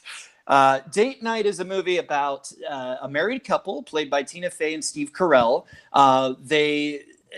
Basically they go to a restaurant, they don't have a reservation, and they decide to take someone else's spot in the restaurant. And because of that, they end up in a big Hitchcockian murder plot where people are after them. There's mistaken identity. They have to get into this whole crime plot, and there's a lot of shenanigans, and there's cameos galore. Now, this is a lazy movie. This is a movie that doesn't commit to the comedy. It doesn't commit to the plot. Like, you never feel like there are real stakes. You never feel like there's actual danger. Like, there are actual, great movies that can blend that. Like, you go back to the 60s with a movie like Charade, which is kind of a romantic movie that had a suspense plot to it. It had Cary Grant and Audrey Hepburn. And Date Night's like the palest of shadows of that type of movie. It is let's get a couple known people, throw them into a half-written script, have a lot of improv, and not really commit to it. And the biggest problem here, and I think the reason where, for me, this is the worst Tina Fey movie, is because she and Steve Carell do not really have chemistry together. I never bought them as a married couple. They're floundering. There's a scene where they have to interact with James Franco, and Mila Kunis is the couple whose identity they've stolen. And there's a solid minute of James Franco and Mila Kunis just riffing while they're just standing there looking lost, not knowing what movie they're in. And eventually Steve Carell's character is like, let's get this back to us. It's almost like he's talking, Steve Carell's talking, not just the character, because they don't know what they're doing. They're not invested. And it's just cameo after cameo. It's lame. It's unfunny. It's boring. It's a bummer. And with that kind of talent, they really could have done something great. They really could have made a fun movie that was invested in both the comedy and the suspense, and that really could have been this movie about a relationship of this married couple and how their marriage had gone stale. But it never convinces you of that. When it gets into that, it's an afterthought. You don't care, they don't care, and it's just a big wasted opportunity all around. Okay, interesting point of view from that. And Alex, we're going to jump on to you for your choice. Worst Tina Fey movie. Right. Well, I know the reason this question was probably brought up is because it was 10 years ago today that Tina had her first major starring role. Well, not today, to the week. Baby Mama came out 10 years ago this week, co-starring her and Amy Poehler. And to me, that was kind of the movie that really stood out as saying, okay, Tina's done with SNL. She's moving on to movies, and she can bring the funny to movies the same as she did with TV, and Mean Girls wasn't a fluke. But her luck ran out 7 years later with a movie called Sisters, once again reuniting her with her co-star from Baby Mama and SNL, Amy Poehler, in a movie that is just dumb. There's no other way to describe it. The movie's dumb. They play the titular sisters, a wild, crazy one and a conservative one, who have to come together because their parents are moving out of their childhood home. And the wild one decides, let's throw a raging party to say goodbye to this old house and relive our glory years from being teenagers. That sounds like a dumb premise, a typical comedy premise. And looking at the two actresses, you'd think, okay, Tina's going to play the straight-laced sister who's trying to keep things calm, while Amy's playing the one who wants to relive her wild years. No, they flip. Tina's playing the wild one, completely out of character for her. Amy's playing the straight-laced one, and it doesn't work for either of them, and especially not for Tina. From moment one you see the trailers for that movie, you know this comedy isn't really going to work. And if you sit down and watch the movie, it doesn't. Amy and Tina just completely get lost in the story and script and trying to play the opposite characters. Had they flipped, maybe the movie would have worked better, but Tina's performance as the wild and crazy sister does not work in the movie, and it sinks the movie overall as a result. Alrighty. That is another interesting point of view. It's always tough to talk about worst movies from somebody because you don't ever want to see it coming off as mean. So I'm interested to see how you two are going to approach that on the open format and see if you're going to be mean to each other. So are either of you interested in using your time extension for the final regular rounds? Nah, Now that's no. what I'm talking about. Business or just don't care. We'll see what happens. So let's see if the passion Yeah. is for this last one. 5 minutes starting now. Let Okay. me talk about what I love about. Let me talk about what I love about Sisters. Baby Mama, we talked about it. That was the first big starring vehicle with Tina Fey and Amy Poehler, and it was a PG-13 movie. It played it safe, and it played right to who you think they are. Okay, Amy's going to be the white trash crazy one. Tina's going to be the straight woman, and it was everything you thought. It was a safe PG-13 comedy. For Sisters, they reunited years later, and they decided to do something different. Let's have Tina play the crazy one. Let's have Amy play the more conservative one. And let's go R. Let's go full R-rated, and I think it's great. I love that Tina Fey is a different type of role for her. I think that she's awesome playing this role. We believe that she's a character that's had a lot of crazy life experiences because I think Tina Fey does have that part to her. I think it was something she hadn't really gotten to play previously, and I think it's awesome. I think the scenes where she's reading her old diary entries are so funny, all the crazy stuff she did, and then Amy Poehler's character, had like boring entries. That's so funny, and I think that Amy Poehler, you see her tapping into what she's done in Parks and Recreation, where she's kind of the more prim and proper character, but she's smart and she's funny and warm. And I love seeing that in this R-rated comedy. And I think there's a wonderful scene where they do a dance at a party and they're like, this is a stupid dance. We're going to look dumb. No, it's going to be cool because we're cool. We're cool. This dance is going to be cool and everyone's going to like it. Everyone does like it. And I think that's a wonderful message for this movie about these people connecting to each other and being who they really are. And it's funny and it's warm and it's raunchy. And John Cena is freaking hysterical in this movie. And my movie is another safe PG-13 movie, has none of that. Now, your movie has a fun story and premise and is a great Steve Carell movie that Tina Fey happens to be his wife in. They play it Carell's safe in that bad. movie. They play it safe in that movie because they're playing a boring suburban couple who get thrown into a fantastic situation. Ultimately, what did you expect from a Sean Levy movie? You said it yourself. The man has never really made a good movie to his name. What did you expect from that movie? The problem with Why did Sisters she do is it? the problem with for money, because that's what people do. But the problem with Sisters is you get this premise of, yeah, Tina and Amy are reuniting. They're coming back together for another comedy. It's going to be R-rated. They're going to let loose. They're going to go back to their SNL days, but they flip the characters. Tina is best when she's playing the bookish, nerdy, who lets it all out wild character. She's not great at playing the wild character who has to tame herself, and she proved that in this movie. Amy can play either. Tina, however, can't, and she proved that. She's better behind the computer, writing a movie, and playing the straight woman who can wild out, and it's unexpected. Playing wild from the beginning is something not in Tina Fey's filmography, not in her skill set as an actress. She proved that throughout her years in SNL, dropping out as one of the sketch actors a lot in that show because she was better behind the scenes writing and hosting Weekend Update, where she can be snarky and snippy. That's when Tina Fey is at her best. That's why she was at her best in Mean Girls. That's why she was at her best in Baby Mama. That's part of why she was actually kind of fun at points in Date Night when she got to be snarky and snippy, but it's why we didn't get the best of her in Sisters, because she didn't get to be snarky and snippy. She had to be wild. She had to be crazy. She had to be the loony character, and she does not play that well.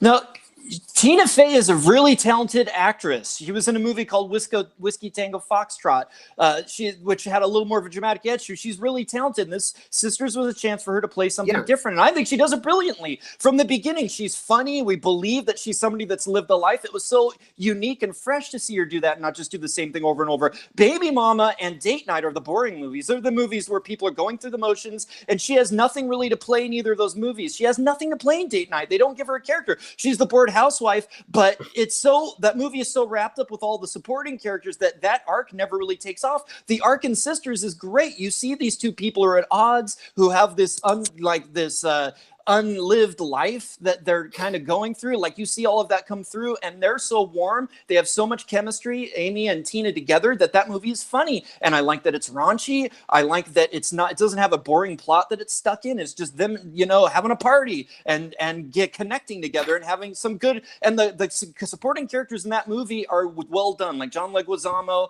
and like I said, John Cena is so funny. Like, they don't overshadow. They're there to add color, and they play off of Amy and Tina very well. They're there to save the movie from Tina Fey's horrible comedic performance because she's doesn't great. play the wild, She's crazy really, character. no, Whereas she with plays Date off Night, of those characters. Like the way she plays off of them is great. And in Date Night, like there's a scene with Mark Wahlberg and Gal Gadot where they go to see these two characters, and we're just praying that the movie becomes about those characters. We want that movie. We do not want the Tina Fey and Steve Carell movie. They're boring. They're underwritten. They have nothing. The movie has nothing. Sisters, there's so many times I'm like, I'm so glad I'm watching this. I'm so glad. You just made my point for me, Jeremy. I don't think of. You just made my point for me. I don't think of Date Night as a Tina Fey movie. I think of it as a Steve Carell movie where Tina Fey just happens to be playing his wife. It's bad. It's his movie through and through. Whether or not it's bad is fine, but it's not a quintessential Tina Fey movie because you take her out of that movie, it doesn't matter. The fact that she's there is just the fact that she's there. It disrespects her. It wastes her. And Sisters does the worst thing you can do. No, it does not. It gives her a cool character and to she play. doesn't know what she's doing. And time. All right, this was an interesting one to say the least. So, I just want to let the record show I am not familiar with these movies as much as I should be. So I need you to definitely sell me on why your movie is the worst movie and why the other movie is the better movie. So you can take it as Tina Fey movie or just movie involving Tina Fey, regardless, however you want to approach it. Just sell me as a person who's never seen either movie, or has only seen these movies once on why. So give me a refresher course and let me know both ways why your movie is worse and the other movie is better. So once again, we're going to start with Jeremy on this one. Yeah. So Jeremy, go ahead and sell me. Date Night commits the worst sin that you can with an actor. It takes a great talented actor and wastes them. And you can try to argue semantics with, it's a Steve Carell movie. It's not a Tina Fey movie. Well, it is a Tina Fey movie. She's in almost every scene of the movie. She's on the poster. It's supposed to be a starring vehicle for her and Steve Carell. She's given nothing. She's not given a character. She's not given funny lines. She's given an actor to play against who she has no chemistry with. It wastes her. And the only things we can try to take from that movie have nothing to do with Steve Carell or Tina Fey. They have to do with Mark Wahlberg and Gal Gadot and James Franco. And we're just like, and those cameos are shameless, but they're like the only thing the movie has. The only thing the movie has is the shameless hemmed-in cameos. Your movie, Sisters, I've given you a good scene. I've given you a scene of her reading the yearbook. I've given you the dance scene. I've given you the wonderful chemistry that the two characters have. There are wonderful things in this movie. And again, Tina Fey was always like hemmed in Saturday Night Live and in Baby Mon, all these other things. She never got to let loose. It was always PG level. She got to be in an R-rated movie. She got to go all out, and I think it was awesome. It was awesome to see her cut loose. And you're like, oh well, she can only play the bookie girl who finds the wild side. That's unfair. Tina Fey is not just the bookie girl. She can be the woman who's lived a life. She can be the woman who was wild in high school. Why can't she be? That's like insulting to me. Like, she plays that, and she's awesome. And I think the movie is really funny. And like I said, there are supporting characters like the John Cena character. Like, we've seen him become so awesome in other comedies. It kind of starts here with Sisters, and it's only because Tina and Amy know how to play off of him. They have the scenes together with them and John Leguizamo are so funny because they all support each other as actors. It's not just like, we're just going to stand here while James Franco does something. It's got those scenes have a chemistry, and that's why it's such a funny, wonderful R-rated comedy with a good message. It's so much better than Date Night, which is a void and saying, oh, well, you knew it was going to be bad. Sean Levy directed it. That's not an argument. Yeah, Sean Levy made a bad movie just like he always did, and it's the worst Tina Fey movie. Well, what argument is that? All right, Alex, final arguments on why Sisters is a worse movie than Date Night ultimately. Well, Jeremy, you just made a perfect point.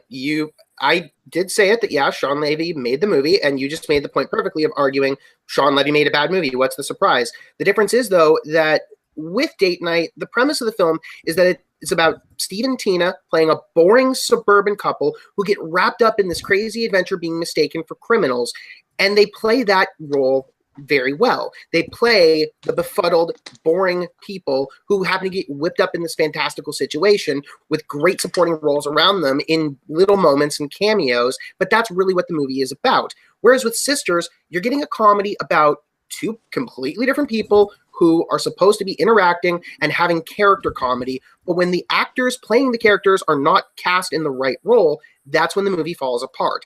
Tina was cast as the wrong character. Amy was cast as the wrong character, and the movie falls apart because of it. You can argue great supporting performances around them in that movie, but if the two core characters are not playing it 100% to the best of their strengths, you're not getting a great movie, and that's the problem with Sisters. Tina would have been better off playing Amy's character. Amy would have been better off playing Tina's character, and being really what could be said is the one bad film in Tina Fey's filmography, being Sisters, that's the whole problem with it. They should have played the opposite characters. Tina has proven in the past that she has great comedic timing. She's a great comedic actress, but ultimately she's in that role when she gets to play a smart character, like in Baby Mama, like in Mean Girls, like in Whiskey Tango Foxtrot, like in Date Night, when she gets to play the housewife.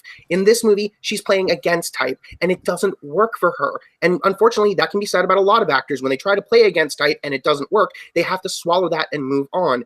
Maybe she'll revisit this kind of character one day and she'll be great. But as a real first attempt of her playing something against type, of not being a smart, bookish character, she failed. She's not funny in this movie. You don't care about her character or Amy's. Had they reversed the roles, maybe it would have played a little bit better. But in this case, it didn't. It's a failure of a movie, and it's the worst Tina Fey movie, and really the only bad Tina Fey movie, because of the fact that she was playing the wrong character in the movie. Alrighty.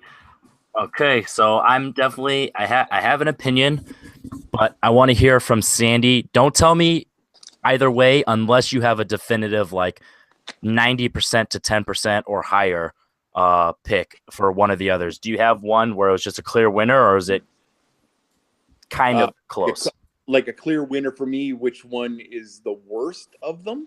Based on the debate, on the debate. So if either debater had a 90% advantage of over 10 or more, if not, don't say, but only if you had a clear winner.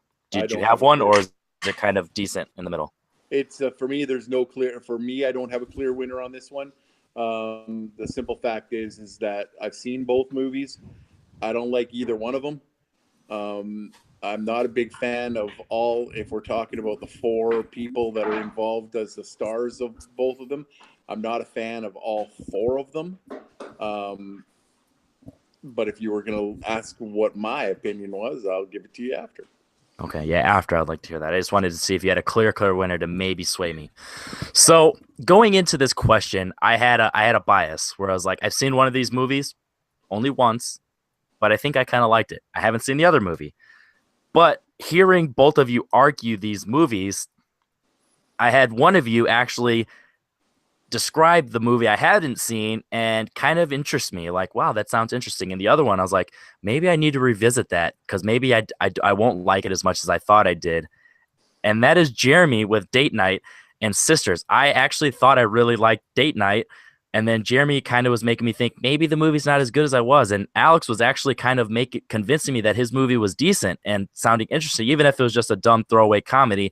Nothing he said made it sound like the worst comedy ever or the worst movie ever from that. And I kind of was getting that from Jeremy because he was saying that it was just stealing the show. And neither of you honestly made either of your movies sound bad. I think Jeremy had kind of won the argument of the worst Tina Fey movie because he said that she was outshone by everyone around her, whereas Alex was like, she just was miscast, but that could kind of be opinion based because what you were describing to me sounds like that could be intriguing, interesting. So definitely this was an uneducated one, but I am going to have to go with my gut and say that I think Jeremy got this one by the slimmest of margins based on a little bit of opinions on my end. So that is going to take us into the speed round 2-2, which is interesting because on paper, I thought one of you was at least going to be 3-1, if not 4-0, and that did not go that way. So that just shows a testament to both of you as competitors. And now we are going to go to the speed round. Alrighty, so in the speed round, one of our competitors actually just got married, which warranted me to ask this question, which is, what is the best movie marriage?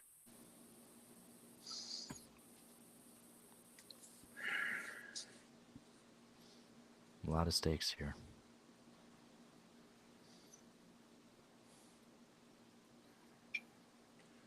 You can go funny. You can go the best influence. Go best actual parents. However you want to go about. But movie marriage, what is the best? Gomez and Morticia Addams from The Addams Family and Addams Family Values. All right. I like it. And Chevy Chase and Beverly D'Angelo from National Lampoon's Vacation. Alrighty. Alex, you said yours first, so when you start talking, I'm going to give you 30 seconds.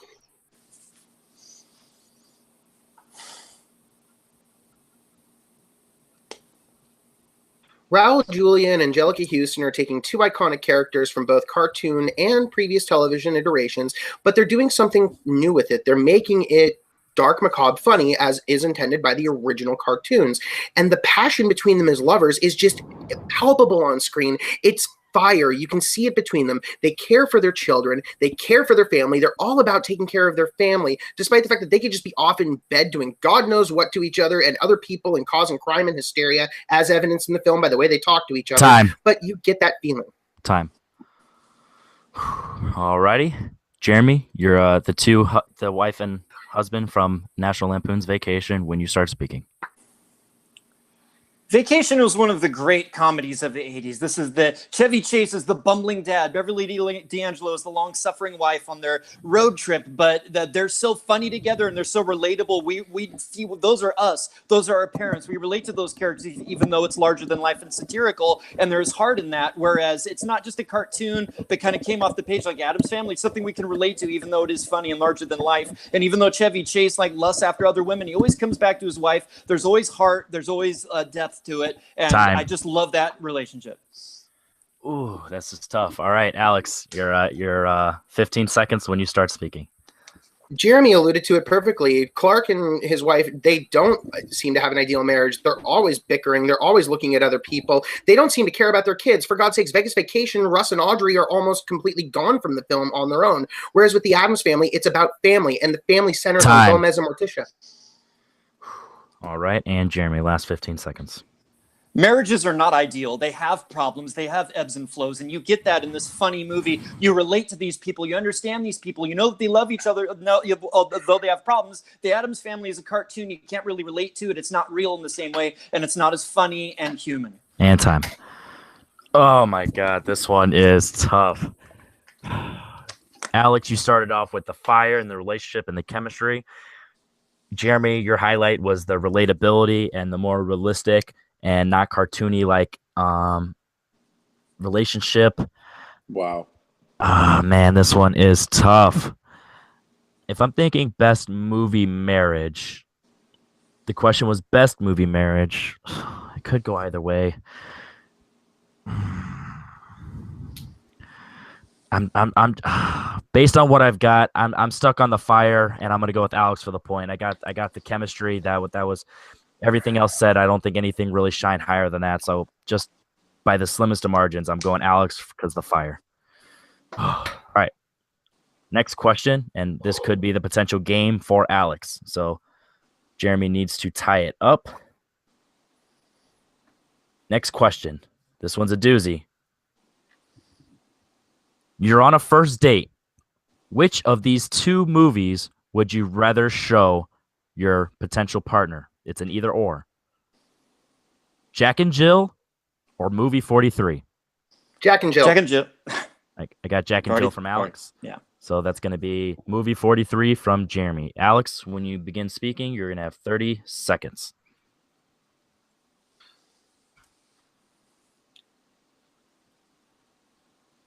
Jack and Jill may not be Adam Sandler at his best, but it's still Adam Sandler bringing you something interesting and a family drama and comedy that really does sell at points, with him playing both brother and sister. Movie 43 is a cinematic abomination and ultimately offends your core so much that you have to have a sick sense of humor and completely be just a disgusting person in order to enjoy anything that's going on in that movie. Jack and Jill is harmless. It's got a fun cameo by Al Pacino, Adam Sandler playing both a straight-laced version of himself and a goofy version of himself as his own sister. And ultimately, it's a harmless, fun comedy. All right, Jeremy with movie 43, when you start speaking. When you hear a lot of relationship stories, you hear a lot of funny stories of oh yeah, when we started dating, that crazy thing happened. Wasn't that so memorable? If you go to see movie 43 just thinking it's a romantic comedy on your first date and you see this crazy, offensive, disgusting thing, it's going to be memorable. It's going to be oh my God, we sat through that crazy movie on our first date. What the hell was that? You're going to talk about it. It could bring you together. It's going to be fun. Jack and Jill's just a forgettable thing. It's nothing. Movie 43 is something to survive, to talk about. It's fun. It's an anecdote. It's something you can dine on when you talk to your friends And family. time. All right. 15 seconds from Alex. If somebody offered to take me to movie 43 on a first date and I sat through it, I'd want to just walk away from that person and be like, really? You thought that was a good idea? Goodbye. With Jack and Jill, it's something you can bond over, of a fun comedy that you can share together, and a brother-sister relationship, and a good relationship between Sandler and his wife in the movie. Time. All right. And Jeremy.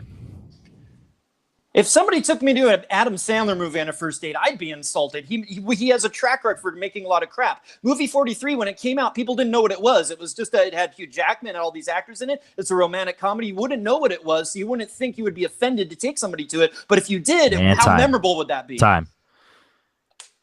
Oh, this one's tough. Neither of you took the approach that I would have said and said that one movie or the other, it would have been so bad you can just walk out, or you can just make out through the entire time and just utilize that. So neither of you took the approach I would have went. So since we're sitting through both movies, hypothetically from your arguments, I will say that Alex had a good point talking about how it had the nice friendship and the bonding with the sister relationship, but he didn't really sell me on why. And Jeremy kind of talked about how the movie is forgettable, and that kind of shows in Alex's argument. He didn't really get into specifics, and Jeremy definitely, since we're talking about sitting through both the movies, I definitely agree with Jeremy's point that if you sit through it, you would have something to talk about, and you can potentially have that as a highlight in your relationship. So I'm going to go with Jeremy on this one to tie up the game, because neither of you took the approach of walking out, which might have been a kind of a hint, and you're sticking through it. So Jeremy, I'm going to give you that point for sticking through it and talking about it later down the days. So tie game going into the final question. Holy cow. Good job, guys.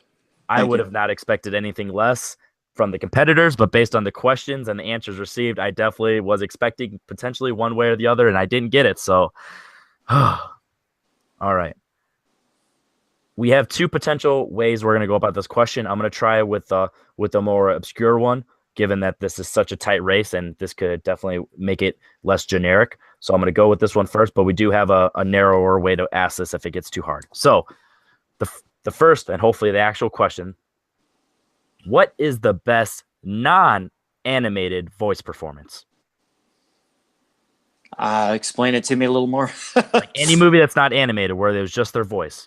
Like narration or? No, voice performance. I can give you one example because this doesn't actually have a voice. R2-D2. He doesn't have a voice. So like it's a character in a live action movie. Best non-animated voice performance. I'm going to go Howie Mandel as Gizmo in Gremlins. Okay. And I'm going to go with Scarlett Johansson as Samantha in Her. Okay. Jeremy, you spoke first. You're going to get 30 seconds when you start. Or, sorry. You're going to get 30 seconds, then 20, and then 15 or 10? 10. Okay. Yeah, just making sure we're clear. So, sorry. Cut that out. All right, Jeremy, you spoke first. You're going to get 30 seconds. Then Alex is going to get 30 seconds. They're going to come back to you for 20, 20, 10, and 10. When you're ready. When I think of great voice actors, people that lend their voice to things, I think of people, that's what they do. That is their art. They create characters with only their voice. And Gizmo is one of the ultimate examples of somebody creating another language, another way of talking through this little puppet that is so warm, so wonderful, so likable, and goes through an arc in this film with horrible things happen, horrible things that he's kind of a part of and he can't control. You get the relationship with him and the teenage boy Billy, and there's just so much humanity in this weird little puppet that's making and time noises. All right, Alex, when you start.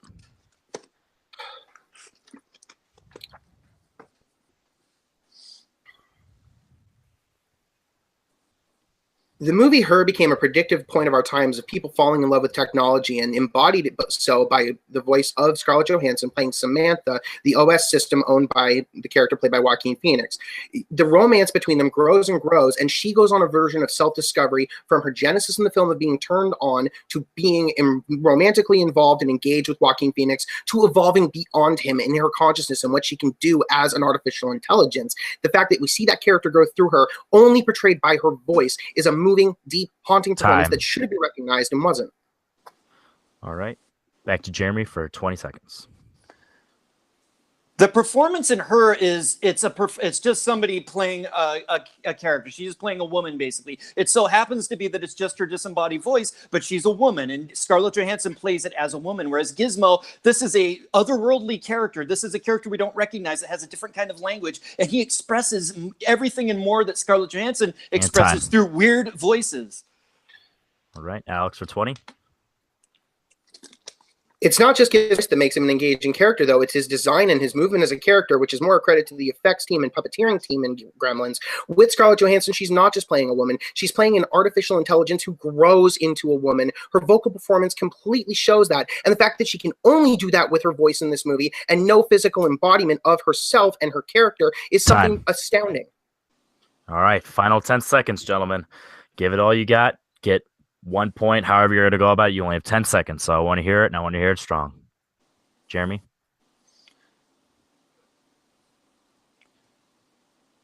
We relate to Samantha as a person. She's playing the role of a character. She only has her voice, but she could be on screen. It'd be the same thing. Gizmo's a totally different character. He has to communicate in a different way, and he makes a crazy-looking puppet human.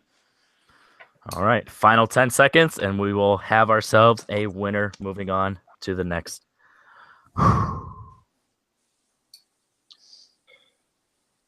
You take away the voice from Gizmo and he's still a living creature who you can see. You take away the voice from Samantha and she's nothing. A physical presence would actually completely change and ruin the character. The fact that she emotes and lives only through a voice is astounding and moving. Oh my God, you guys. That's what I wanted to. This was the toughest one out of them all. If it wasn't for the runaway from Alex in the Robert Downey one, that would have been the toughest, but this one was the toughest. Aaron, can I go to you guys for help with this, or do you want it to still be just on me? Oh, he's not listening. Terrible time not to be listening. Okay, all right, just on me. Sorry, I'm listening. It's just I'm staying out of the video. If you want to go to Sandy again like you've been doing, that's on you. But I wanted to actually do a three-way for this one. Fuck, okay, that's fine. All right, edit that out. All right, gentlemen, that was intense. In the first 10 seconds, I thought one of you had a runaway, and then in the opening, in the second 10 seconds, or the first 30 and then the second 10, I actually was surprised on the approach because I didn't think of it that way. Oh my God, this one's tough. Okay. Sandy, do you have just any just thoughts, just so I can wrap my brain around this for a second? Yeah, both good arguments. I've seen both movies, and I think Scarlett Johansson's voice is so prominent in that movie that it's hard to take it out and then just have it be a normal movie. But I also think that nobody else could have brought a humanity to that little freaky looking creature Gizmo, and make you feel for him and whatever it was.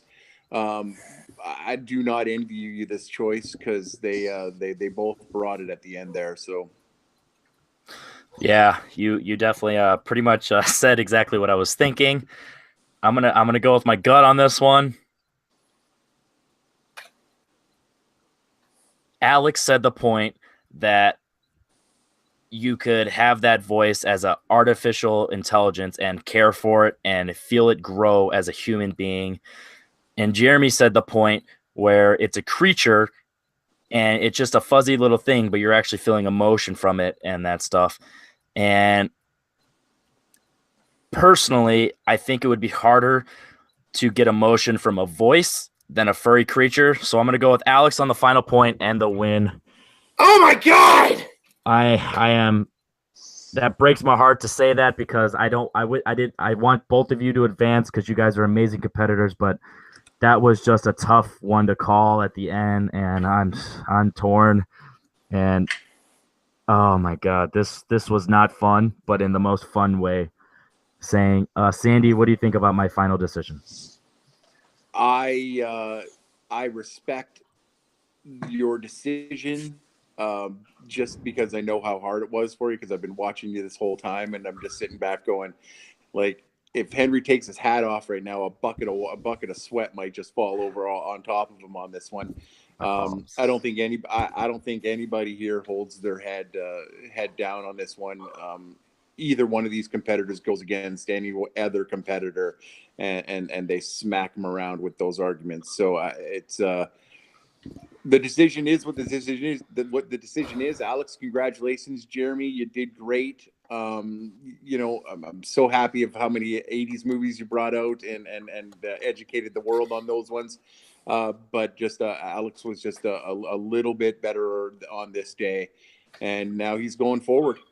Yeah, this was definitely this was definitely a match to where passion was exuded. You could tell that Alex was off to a slow start because of stuff in the background, but once he got his head in the game, you can tell that it finally clicked, and then Jeremy was just passionate from start to finish, and I could tell both of these gentlemen are exhausted. And let's go to Alex first, and any final thoughts on your performance, on Jeremy's performance, any of my rulings. Let's have it. If my little proclamation there at the announcement didn't give it away, I kind of can't believe it. Jeremy brought the heat. After that very first round of the match, I thought I was done for. So did I. He came tonight with the fire, but it took everything in me to work my way back from that one. I thought my fight against Chance was tough. When I had to come back from being down 3-1 to win, this was worse. And that's the fight I wanted.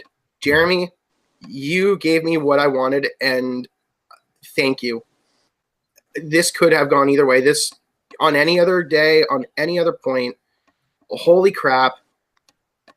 I kind of wish it wasn't me going on because I'm exhausted. I don't know how I'm going to do another match, but I'm going to try, and I'm going to keep fighting because, like I said at the start of the match, I still feel I should have been in that inaugural championship match, and I'm fighting my way to get a title shot, and I'm going to take that belt. Yeah, I couldn't have said it any better. And now that the match is over, the person that I kept talking about when I was saying that on paper I had a favorite going in, and it was Jeremy, but I didn't want to seem biased. And Alex, you just I know. you proved me wrong on all your answers, because most of your answers I was like, I don't know how you're going to be able to beat that, and you just did. You just came with all the fire, and I'm so surprised because, like I said, you were off to that slow start. So Jeremy, I can see that you're upset, and as you should be, because you played amazing. But any thoughts on your performance, Alex's performance, or my judging? I just don't think I was very good today, honestly. You all could talk about me being a great competitor, but it wasn't my best day. I just really wasn't in the mindset. And, like I said, I had some great victories of like Greg Weinstein and Isaac Horvat. I think they're two of the best that have ever played the game. And it was my honor to take them on and to defeat them. And that's something that I hold very close. And I thought after I'd achieved that I would be able to take a championship. And I got to a championship. And, maybe I have disagreements with some of the rulings there, but I made it to a championship. So really, in essence, I think I did what I set out to do. And, I feel like I've got a lot going on. I'm running trivia leagues. I'm newly married. I've got a lot in my life. So I think even though it was a poor outing, I think it's going to have to be my retirement match today. And I'm going to be stepping out of movie Battleground. So I was hoping I was going to retire. God damn it, Jeremy. I feel bad enough about this as it is. Don't make this your retirement match. Well, I was going to do it, like after a championship. But, I got to one championship. So I always have that. And I really feel like despite when I first came into this league, I think there were some people maybe wouldn't have thought this would be my arena because I'm a nice, polite guy most of the time. Maybe I wouldn't be the battling war of words, debating kind of guy. And I feel like I've done awesome things in this league, and it's been my privilege to be a part of it. But it takes a lot of time. It takes a lot of energy. It's very stressful. And I think that it's time for me to let, I've had my moment, I've had my time, and it's time to let amazing, incredible competitors like Alex have their time now. And I look forward to sitting back and seeing Alex take on Greg like I did and have a powerful moment like I had, like that wonderful feeling when I took on Greg. I think it's time for Alex. I think it's time for you, Henry, and all these other great competitors. I had my moment. I enjoyed it. And I got a lot going on in my life. And I think it's time, who knows, in a year, whatever, maybe I'll get that itch and I'm going to come back and beat up fools again with words. I don't know. But at this moment, this is going to be it for me, and I'm just sorry that I was lackluster. Don't sell yourself short and don't be modest. You were amazing in this match. The fact that my palms are so sweaty and I feel guilty by choosing against you just shows off how. Honestly, if I was judging, he would have knocked me out today, like on every single question. First of all, you kicked his ass in the Schindler's List one, so you're already lying. So with that being said, though, to avoid this getting on super long, because I already know the comments are going to go crazy, I am Henry Confidential. Sandy the Sandman Robinson, you are here as my, fact checker, however you want to say it, and my angel on my shoulder. So thank you for showing up. Anything. Oh my God. Alex and Jeremy, I know you guys, and Sandy, you guys are all in the same thing. So Alex, you want to go ahead and plug real quick? You can check us all out on Full Metal Media Live on YouTube and Facebook as well. We're running matches twice weekly, also uploading them with nice shiny editing as part of the Worldwide Movie Games Network, along with There Will Be Trivia and this show, Movie Battleground. If you're watching this the week we tape or the week this comes out, we just wrapped up Marvel Week with a bunch of great content, including our Full Metal 5 show, Full Metal Trivia matches based around the MCU.